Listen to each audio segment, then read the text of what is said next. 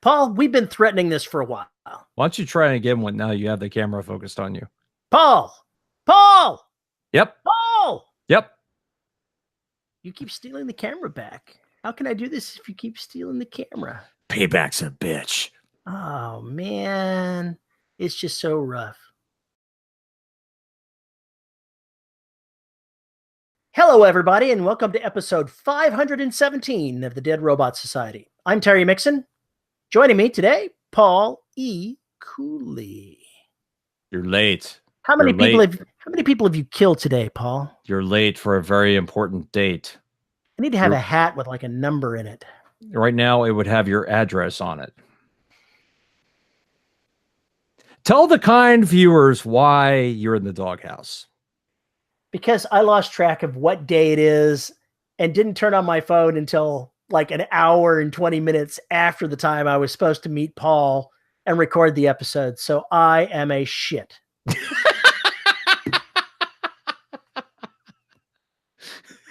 You bastard! Well, at least you were ignoring me for a good reason. Yep. Anytime Kelsey gets to kill people, it's a good day.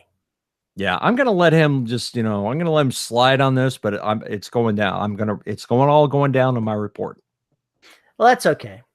If you've been on the show as long as I have, there's been other hosts who have meandered away and forgotten what day it was. Oh, and that's okay. Yeah, let's not even get started there. So, how you doing, man? I'm doing good. I wrote almost 5,000 words on a short story today, so I don't think it's a short story anymore. Yeah, it sounds to me like you're building towards something a little bigger. It's almost 12,000 words at this point, so it's edging into the novelette zone and almost to the novella stage. Terry, what are we going to do with you? I just can't keep it short. Well, I finished Evolution. Did everyone die?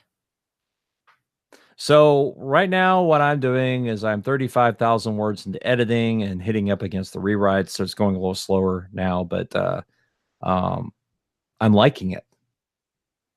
It's probably a bad sign. It's a good thing when you like it. Probably a very bad sign. But anyway, I'm enjoying it. And as I thought some parts would be boring, I don't think they are. And I think the writing is good enough and characters are lively enough. And I'm happy. And I think the last paragraph I wrote is the last in the story, the final paragraph on the last page. I think is some of the best writing I've ever done to close a book, maybe the best. So we'll see how this goes. Do what now? Kill your darlings. Kill your darlings. You'll have to see. You'll have to see. I think it's I'll probably send you the last page when before we publish it so you can look at it and go, good God, what did you do in this book? But set up the next 4 books that you weren't planning on writing. That's what you did. No, but book 5 is set up to be a crazy train. So that may be a very large book to cover all the bases. We'll see. I'm okay with it though. I like the way this one turned out. I like what happened in it. I like the way it moved. And it was so much fun getting back to M2. M2 is just such a wonderful creature to deal with. There are no rules. How many M's do you have? What do you mean? I'm behind in my reading. How many of these things are there? I'm not going to say a damn word. All you really have to do is read the back of the other books and you'll figure it out pretty quick. But the M2 creature, as they've chosen to call the species, is a lot of fun because of all the things I can do with it. And all the weird shit I can have it do, which makes perfect sense when you think about it. But it's really bizarre to begin with. So we'll see how this goes. I'm excited, though. I think the fans will really like it. I think the readers are going to love it. I think the podcast audience is going to freak with some of the things that are going to go on there. And they're going to be hating every week that the story is not complete. So when you were talking about it before, maybe a month ago, when you were still writing on it, you were talking about, and you may want to clap the spoiler hand here because this may or may not be spoiler material. Yeah, you didn't need to hear that anyway. Yeah, now that we're through that spoiler part, we can actually get on with the freaking intro. What the hell are you working on? I probably have one more day of writing on the Kelsey short story to put into the book 4 through 6 omnibus. So that's what I'm working on.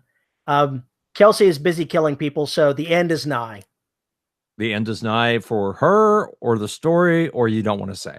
Well, considering that I'm putting this story at the end of book 5 and she's still present in book 9, here's a spoiler: she's going to live. But are you going to turn her into a ghost first? No. Okay. But I am definitely reaching into this book where I left a gap at the end of the book.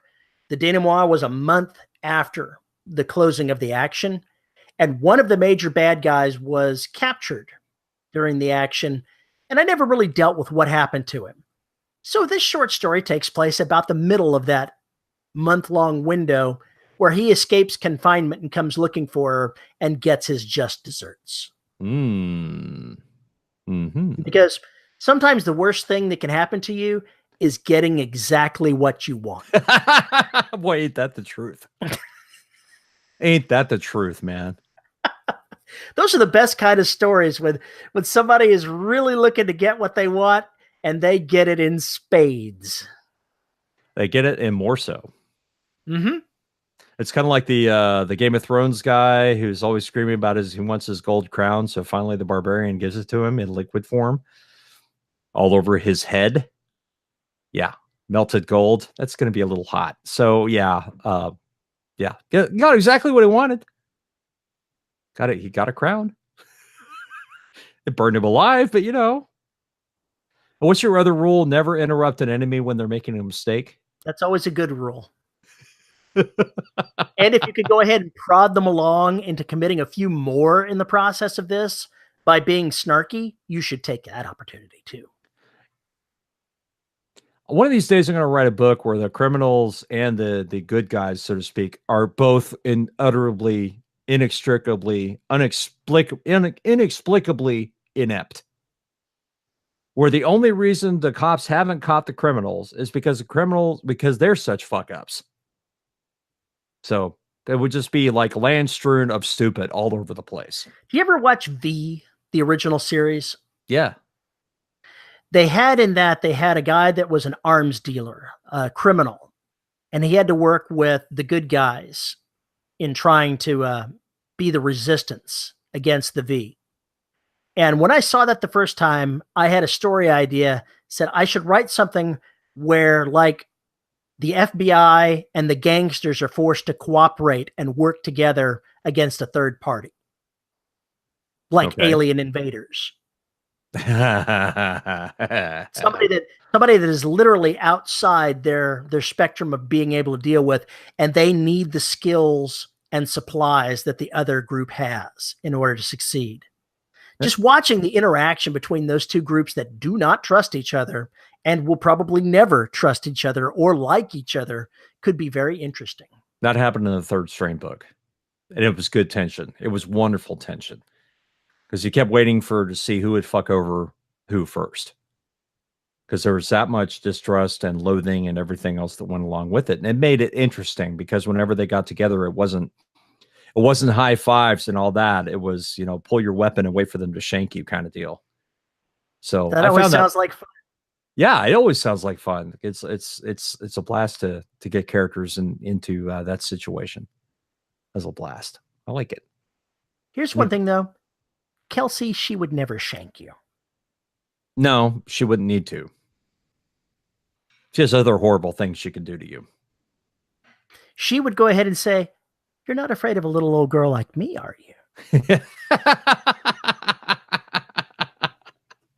Famous last words. Yeah, I'm busy writing the scene that's going to make that happen. And believe me, I'm coming up with some interesting ways to kill people. Because she's gone out of her way to not use a lot of modern technology that she could have used. She's making herself work for this one. Well, it's time to bring out the toys, is what you're saying. I'll tell you after we finish the intro. Oh, the types of things that I'm doing. Oh, because I'm having so much fun writing them doing it. That's the reason I'm I was late because I was so taken in with what I was about to do and in the process of doing to these poor bastards. And people think I'm the mean one. People think I'm the cruel and cold one who will do horrible things to people. And really, it's Terry all along. You guys just have not been paying attention. But the space princess, she'll smile before she rips your head off. Somehow that's supposed to make it better. I mean, I got nothing. Okay, folks. With that, I'm not sure exactly how to describe the episode that we're going into. We're not sure what it is. We afraid to find out. We backed into this episode, and so we talked about a lot of different things before we realized, I think we're actually in the middle of the show. So good luck to you, Paul, in figuring out what the right title for this episode is going to be. I think I've just got written down Whirlwind of Crazy. I'll find out after I pay attention. We'll try to be a little bit more focused next time, but for this time, you get the Whirlwind of Crazy. I lost a good chunk of people between books 1 and 2, but those that liked book 1 will continue on. And I'm about to start writing in another couple of months. I'll write book 4 in that series. I haven't written anything in it in 2 years. So it will get some attention when I go back there. It can happen. You're going to weed out some people if you write something that they don't like, but you'll still find an audience. It may not grow as fast as your main series, but you can't write your main series all the time. Well, I suppose you could if you're like David Weber, but even he doesn't do it. He writes other things as well. What I'm trying now is I'm going to alternate, right? So I'm going to do a black book, which I'm wrapping up Evolution now, at least the first draft. It's going to need a lot of help. I'm going to have to go back and fix a lot of shit. But once I'm done with that, I'll start Static in November. And if Static goes well, then that will be a Shadow Publications book, almost certainly. And we'll kick that out the door. But the moment I'm done with Static, I'll jump over to Trident. And then I'll jump back to doing the book 5 of the Black, and then jump over to probably track 9, maybe. We'll see. Which would be another shadowpublications.com thing, and then jump back to doing the 5th Derelict book. You realize we've actually started the episode again. Which is not on the topic we were even discussing. I've already forgotten what I said I was going to talk about today. So what was it? I need to make a note here. I don't even remember. How bad is that? I know. I should have wrote it down because. Oh, that was the prostitution episode. The what? Love or Money. Oh, how to pick what you're writing for. Let me write that down because that's actually a decent thing to talk about. It's just obviously not happening today. God damn it, listeners, viewers. I'm sorry. We keep doing this. It's all Terry's fault. I thought we were still doing the pre-show. Look at the time, sport. Oh, God. Yeah, I know. We've been babbling for almost an hour. And we're actually talking about something that's interesting here. We're talking about varying the type of things that we're writing so that we can, actually we may drag into writing what you love here because I think that's a part of what we're talking about. It is. Even folks like David Weber, who've written a ton of Honor Harrington books, he's got other series that he jumps over to and writes in as well. Because you can't just continue to write on the same sort of thing without falling into a rut. You got to shake it up. Unless you're Clive Cussler. I can't argue with that. Although he's got a couple of side groups that he writes with there, and it's different kinds of stories. Yeah. Yeah. We were talking about David Wood earlier, and look at the kind of things that he's writing. He's got the Dane Maddock series that he writes, but he's also got these other books that he writes that are different in theme, using different characters. And I'm not even sure if they're all in the same world, honestly enough, but you can be similar to what you've written and still be different enough to feel excited and writing something different than what you're doing. No, I completely agree with that. I think my problem is that I didn't give myself a chance to play enough. Derelict was supposed to be my playground, and I fucked that up by turning it into a huge series. I think that there's a lot to be said, and I've said this before, and so have you, for going and playing in another sandbox. Because I think you do fall into a rut. You lose it's like you spend so much time with the characters that you lose perspective. You spend so much time with the story, you lose perspective. I think that there's more to it than that. If you stay with the same characters, you get bored with what you're telling. And that's the other part of it. And that's what I'm saying. Because they keep doing the same things, they keep saying the same things, and they don't grow the way they should be growing. And so I've found that stepping back has been very interesting. I haven't written a Black Book in 3 years now, 2.5, 3 years. So coming back to these characters was really difficult because I had to try and remember who they were and what I had originally planned. And what I discovered was what I originally planned was not the book I wanted to write. That's every book for me. But it changed things quite a bit. And maybe that's okay. We'll find out. I mean, this is going to be another slow burn, but then it's just going to absolutely explode, kind of like the Black did.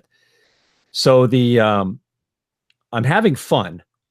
I'm having a lot of fun writing the ending of this book. I cannot wait. There are some people who are just going to be over the moon about what I'm doing at the end. But the taking the break, I think, did help a lot because I felt like at the end, Outbreak was such a difficult book for me to get out the door that I had to have a break. I just had to have a break from it because it was shit. I was writing the 4th book and I was hating it. So I stopped and moved on to something else. And I felt like, I started a few months back writing the next book in the Humanity Unlimited saga and didn't even get through the first scene and said, I'm just not feeling this. I need to go write the Empire book. I'm not feeling it. Yeah. Got to go somewhere else. I think when you find yourself in that moment, it's time to step away. It's time to just step away and go do something else because there's a short story calling your name. There's a novella calling your name. There's another book calling your name. And I think that if you are bored, if you're not seeing it, rather than blocking yourself and panicking and worrying about it and everything else, it's just much easier to go start something else. But you have to come back. You have to come back. And that's been the trick. I have all these works in progress and there's a madness to my method. Is there really? Yes, there is. So I have the books that I kind of want to work on and the ideas I want to work on. It's not a question of, I do them. It's a question of when. And I'm okay with that. I'm not writing the Black just for money. I'm not writing Derelict just for the money. I've got readers and patrons and listeners who just are dying for more of it. And that makes me want to write it. So as much as I bitch about writing Derelict or the Black, it's more because I've created more complications for myself than I intended. And unraveling them sometimes is really fucking hard. There's the post-apocalyptic book that I wrote. It's been years since I touched it, the sequel to it. It was the lowest earner out of any of the things that I put out so far, but I had a blast writing it. And I'm going to go back and write the next book in the series. And it's not going to be too much longer. I'm going to take care of that the first part of next year. But I've already got characters preying on my thoughts of things to do inside this thing. It's where folks gets to learn about Captain Snickers. Captain Snickers? Captain Snickers. Really? Yeah. I don't even want to know. I have a friend. Oh God! All right, this is how all bad anecdotes start. Oh no, this is great. He's a great guy. He's another writer, and his Facebook picture is a picture of him with a big Snickers box stuck on his head like a pirate hat, and he's got that look on his face like he's coming to get you. And I immediately dubbed it Captain Snickers. And I said, I am totally going to have you in the next post-apocalyptic book that I write because he lives up in that general area. Gotcha. And I'm going to have him be kind of a reclusive character that I need somebody that trains dogs. It's kind of a recluse, kind of a tinfoil hat kind of guy. And I'm going to have the main character show up at his place and him come out and ask if they've been bit anywhere. And the characters are going to look at each other and go, no, why? He says, if you're going to turn into zombies, I want to know about it now. The guy's going to go, while it is the apocalypse, it's not the zombie apocalypse. And the guy's going to go, really? Really? We can't even do that, right? We can't even do that? We can't even have zombies? We're going to half-ass this damn apocalypse? God damn it. I've already got the character in mind. I have no idea how that's actually going to play out, but just the thought of writing those scenes has me energized to write that because that'll be fun. Have you ever heard of the band Buckethead? No. Okay, it's this really badass guitarist, musician all around. He only performs with a KFC bucket over his head. Okay. I'm not kidding. I am not kidding. Well, the buckets change. I think he's had buckets of popcorn, but basically he's always wearing a bucket with little eye holes. It's just like, okay. But I don't know. I think the wife was watching something to do with Walking Dead, and I was going, I could just totally see somebody being disappointed that the apocalypse isn't a zombie apocalypse and bitching about it. I can see that too. I can see that, especially coming from a teenager. I was promised Resident Evil. What is this bullshit?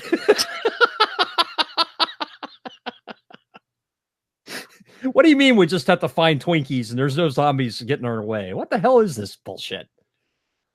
Zombies would be much more fun. I have no idea. Just admit it. That's the kind of character you would love to write. I've got some characters like that running around. Doing something rather evil in evolution right now, which may get me in a lot of trouble, but fuck it. I'm going to do it anyway because it'll be fun. I think that one of the problems that authors run into is they get stuck in worrying about what's popular as opposed to what they really want to write. There's something to be said for finding the things that excite you and writing those and letting the pieces fall where they may. Stephen King started writing these books that weren't really horror. I think it was The Girl Who Loved Tom Gordon, something like that. It's about. I thought you were going to say Tom Cruise, and that would be awful. No. I don't think he swings that direction. Anyway, the The Girl That Loves Tom Cruise. You could totally write that. Not that. No. Anyway.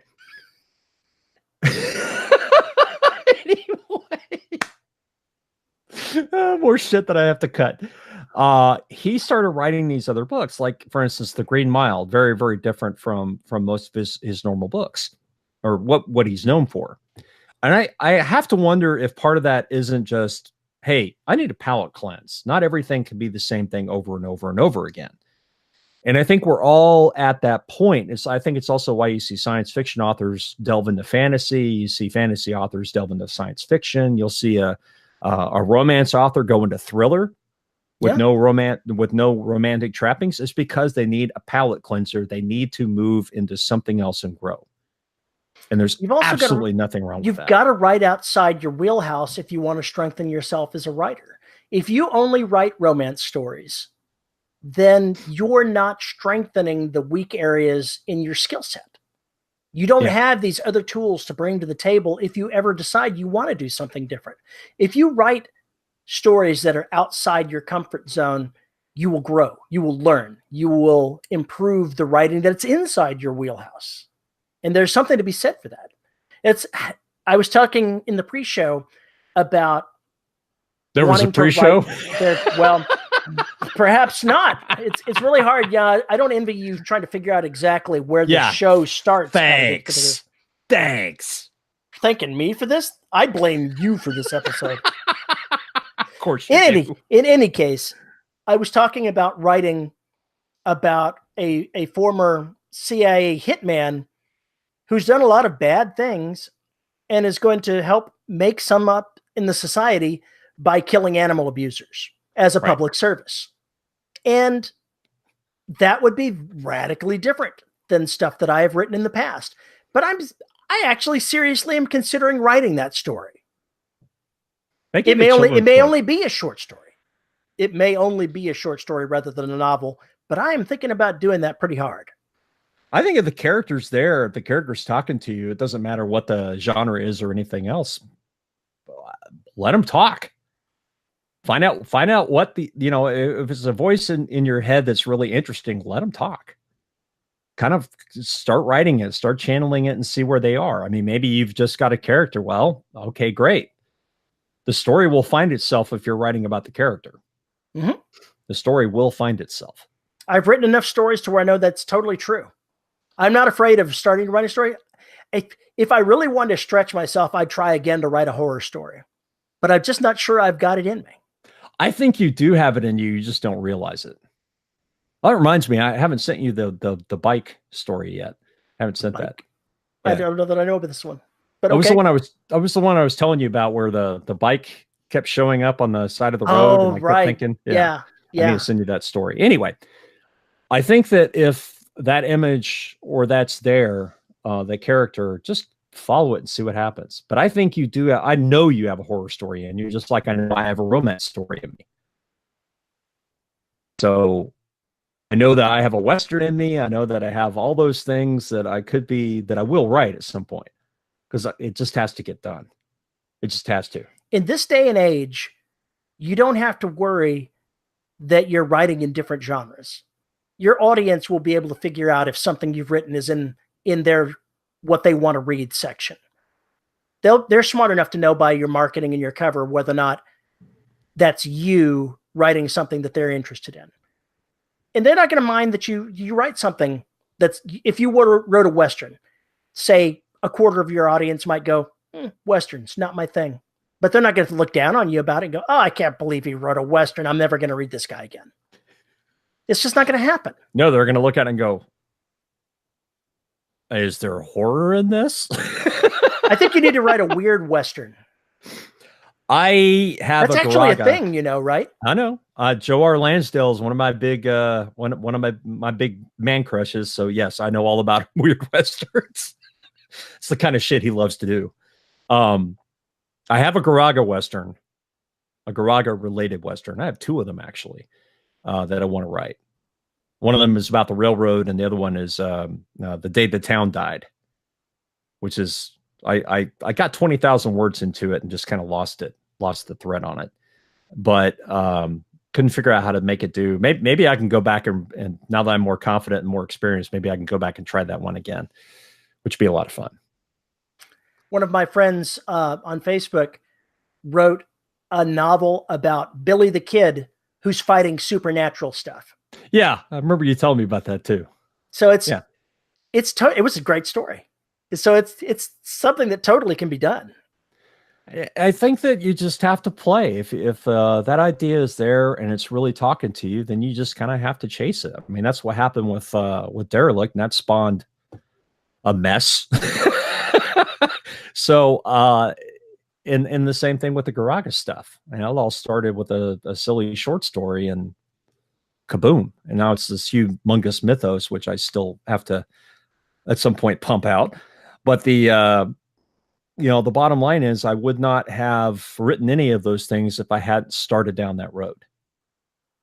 And I think that is one of the best things you can do, is to follow that path and not worry about it too much. I'm writing space horror, which, by the way, is extremely out of vogue, but I'm doing it because I love it.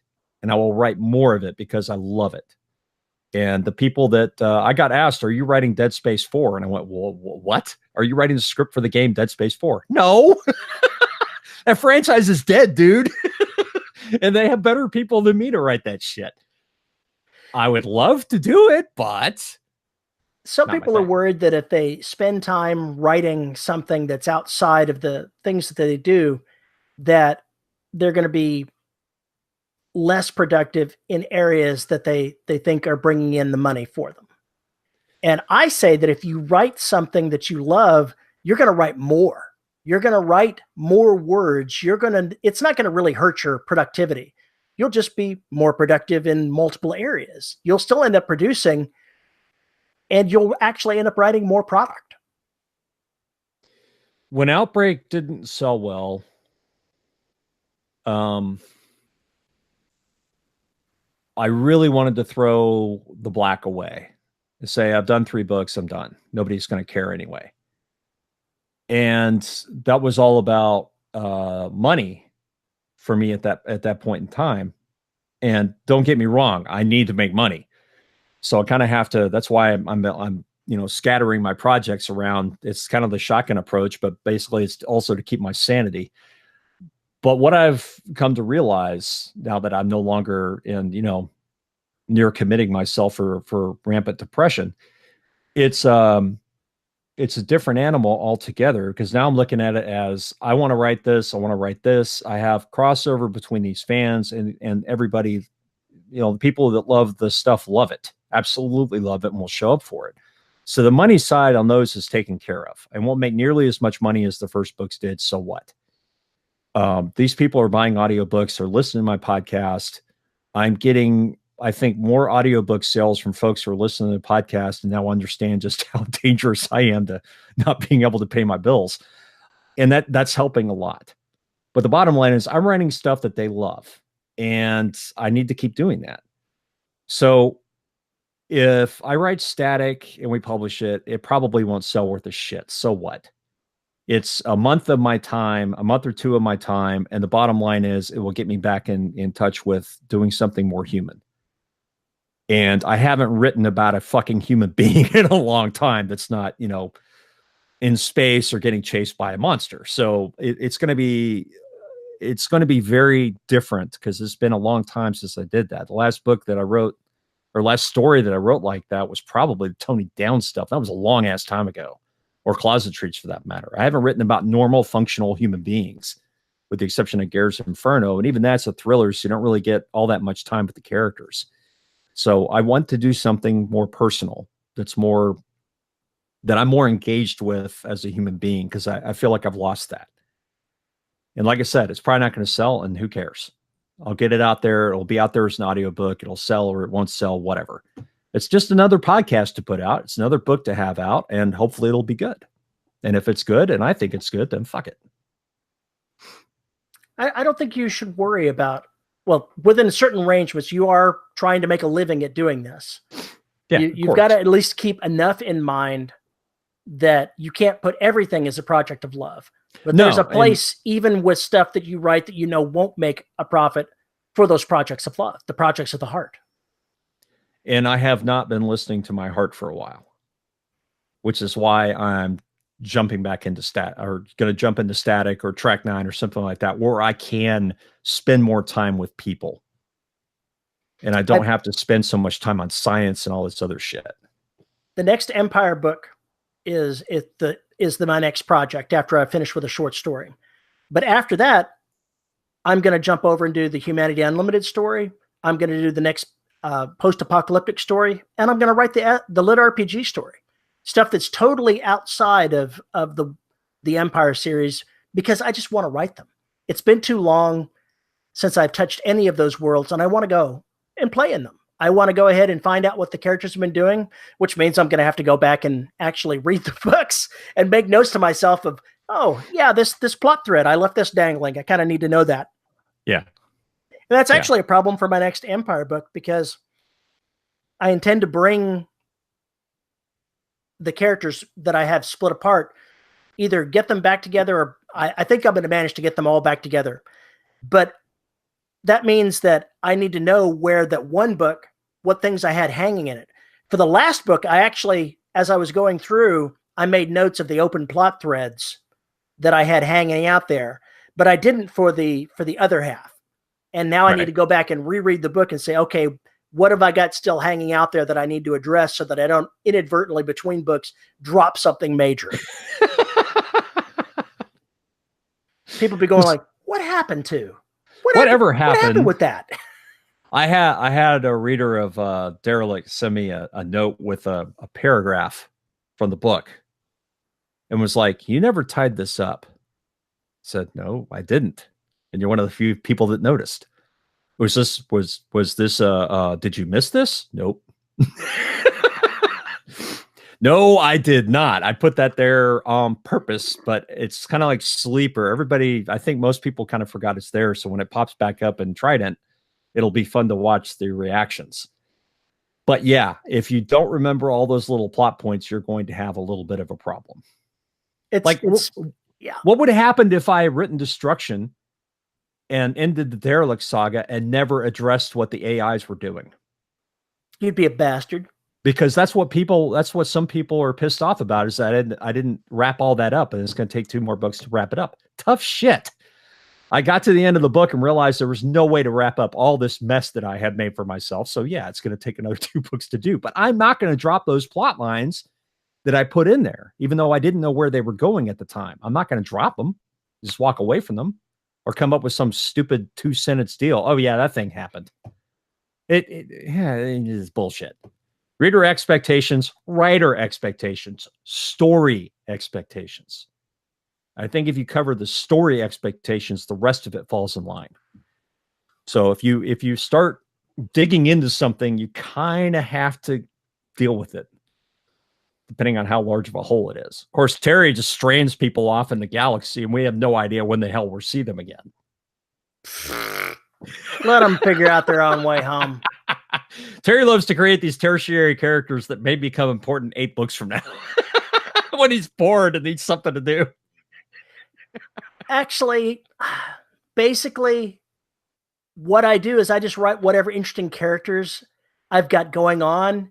And then when I have to move on, I move on. And then 3 books later, I go, hey, I could use that character. In the Tony Downs Garaga stuff, I have in Garrett's Inferno and Closet Treats perfect examples of this, in Tattoo as well. I kept introducing these tertiary characters. Well, they're coming back in all these other books. We're going to bump into them again. We're going to bump into the really sick and twisted pathologist. We're going to run into to some of these cops again, or the reporters or whatever else that entered stage left. We're in there for a few scenes and then left. We're gone, just out of there. The reason is I need those people for other stories, and I needed them for that story. So I might as well make them interesting, because I know I'm going to carry them over. And they're fun. You should always make your characters interesting. Yes, but I think sometimes you get folks who they're almost afraid to make those characters interesting, because they're not allowed, because they're not there for very long. And I was thinking about the study, as a matter of fact. I'm always thinking about Hamlet and the Ditch Diggers, who start out the second or the third, is it third act? I think it's third act or fourth act of the play. I don't remember which. But they're there for comic relief. You had all this serious shit going on. We go to intermission, we come back, and there's these 2 gravediggers having this really interesting conversation that is gross, sick, and disgusting. And it's there to basically break things up. But I could have listened to those 2 assholes. You could have had a play about those 2 assholes, and I've been okay with it, because they were so interesting. And I think it breathes life into the story when you have that kind of thing. And it's not something anybody should be afraid of. Have you ever had characters that you wanted to have cross the boundaries into another series?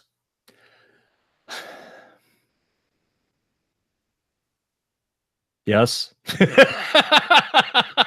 Who hasn't? Who hasn't?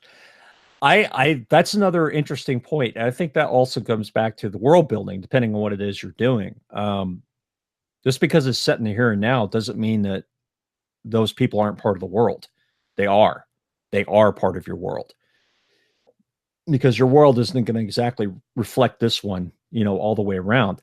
Those folks make up the texture. They just, and sometimes the characters need a break. You need a break to get the attention, the spotlight on somebody else, and give the readers something else to think about. So I don't think there's ever a problem doing that. And characters wandering across a series that you didn't intend, that usually means that character struck a chord with you, and at some point they may need their own story. Well, that's not actually where I was going with that. Where are you going with this, Terry? Have you ever had the desire to take a character, say, like from the Black and have them appear in your In Space series? No. No. No, no, no, no, no, no, no. What I've done instead is I took personality attributes from that character and instilled them in a new character. So the character is not exactly the same because the setting is different. The setting, the problems, the complications, everything is different. So I can't really pick up that character and plop them into that mess and expect them to function because it's not part of their personality. You could take Stan Lee and have him make an appearance. Well, Stan Lee is always Stan Lee. It doesn't really matter. It's just one of those deals where I wouldn't want to pick up, for instance, Luke Skywalker, and God, why would I? And throw him into BSG. It just wouldn't make any goddamn sense because so much of the core identity of that character is rooted in that world. I could totally see that happening. Oh my God, I can't. You sicko.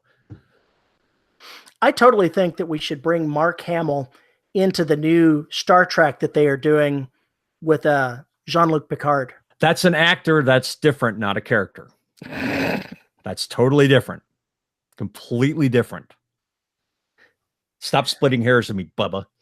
I know, it's awful. Those are two completely different things. If you do have a character that can cross over in that way, and you don't have to come up with some kind of silly ham-wavium to make it happen, that's cool. I could very easily drag characters from the Black into the Tony Down stuff, except that I need that universe boundary. Because what happens in the Black that I have planned would never, it just will not work. It just will not work for the rest of the books I have planned in Tony Downs' world. It just won't work. Period. End of story. It just will not.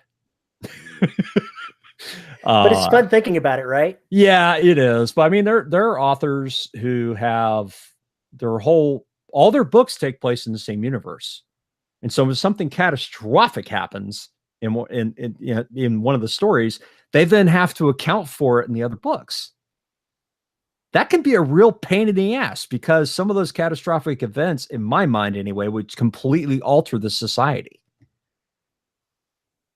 It would just really change how everything. If suddenly a nuke went off in New York City, that would change the world quite a bit. And all the rest of the stories that followed after that are going to have a completely different flavor to them. Yes, but I'm thinking of Tom Clancy and some of the stuff that he's written. I think it was in Sum of All Fears when he had terrorists use a nuclear device to blow up the Mile High Stadium. It needed to be renovated anyway. While people were in it, obviously, a pretty serious nuclear attack. My memory could be flawed. It's been a long time since I've read the book. But other than a couple of mentions later on, that never really seems to have changed the flavor of society in the books after it. Yeah, that's the problem to me as a reader. And it only just occurred to me that was the case. That's why I'm very careful anyway to not cross that boundary, because it would violate the world that I have set up for those other characters in a way that I just do not want to deal with. And, if I destroy Houston, I can't exactly have those characters be in Houston. And if they were in Houston when Houston is destroyed, how the fuck are they still alive? So it kind of causes an issue in certain situations. But once you start down that road, you have to make that decision. Does this affect other stories, or is it completely isolated? As somebody that lives near Houston, I'm not sure that I see the destruction thereof as a totally negative sort of thing. Yeah, you say that. Just wait till you see what happens to Clear Lake. Oh, you bastard.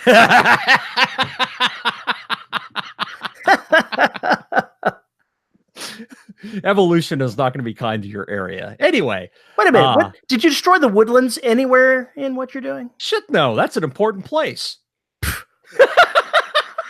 For trees.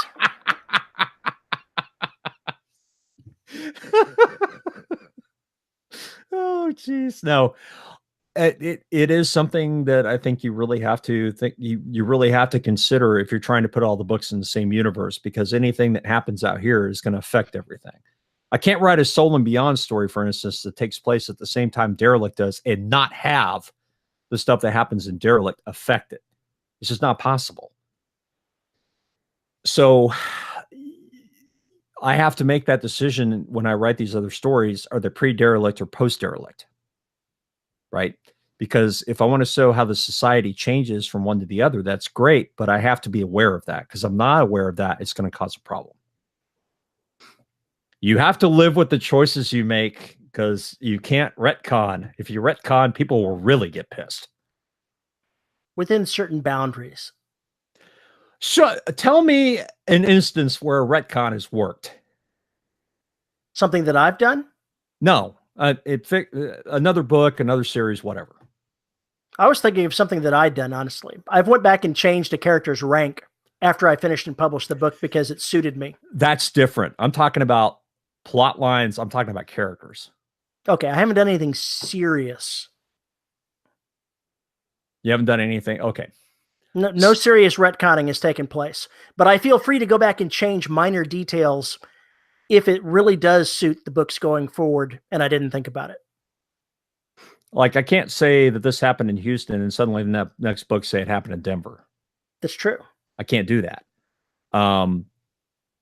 I can't change times. If this happens at the same time, I can't suddenly boost time 10 years later. I can't get away with that. Meanwhile, 10 years later. Yeah, well, that's different.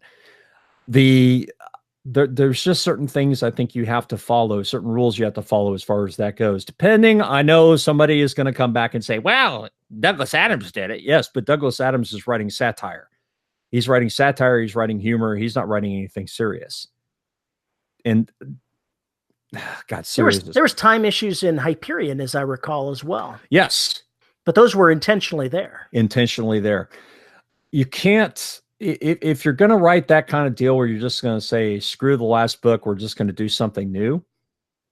Depending on what kind of book it is, you can get away with that. If it's all humor and things like that, you can, and it doesn't take itself very seriously, I think you can get away with that. But as a rule, I would say you can't.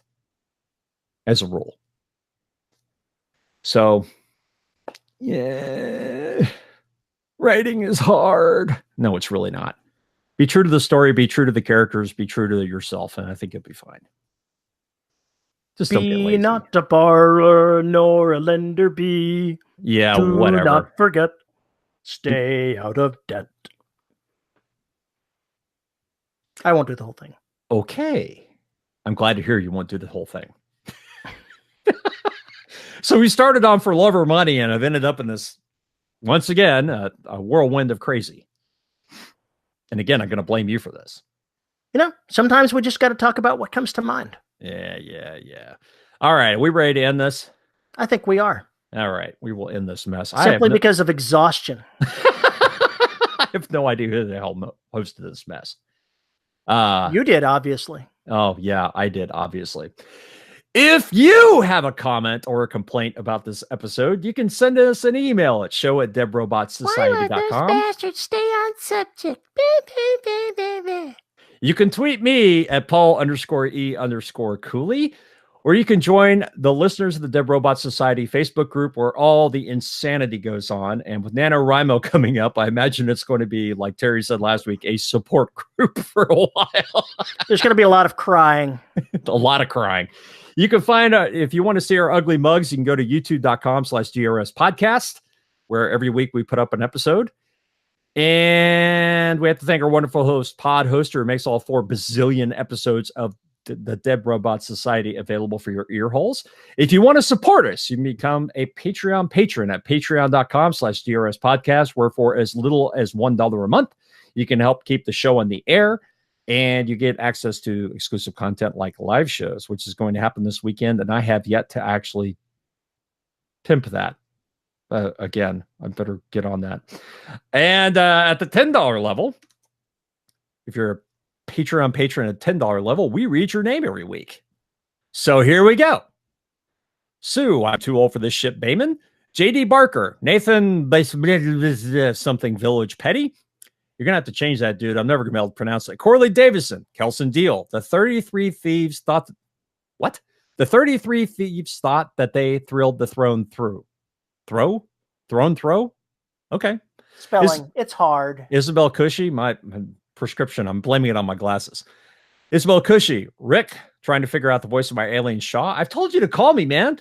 Lisa Slack, Sandy Manpants, Cheryl Winters, Tracy Bodine, John Kilgallen, Devin Lee, Drew, people misunderestimate me, Bernardi. That's an unfortunate problem to have. Chris Winder, Andre Conde Marias, DJ Chamberlain, and J.R. Hanley. Thanks for supporting us, folks. Yes, thank you very much. We very much appreciate it. Did I forget anything? Nope, I think you're good. And we have to give a special shout out to our guest co-host, Minnie, who just showed up. Minnie says hi. On that note, we will get out of here. Terry, it's been a mess as always. Well, it's good to talk to you no matter how messy it is. Yeah. All right. So while he's doing his Blofeld impression, we will say goodbye. See you next week. Bye-bye, patrons and listeners. Goodbye, everybody.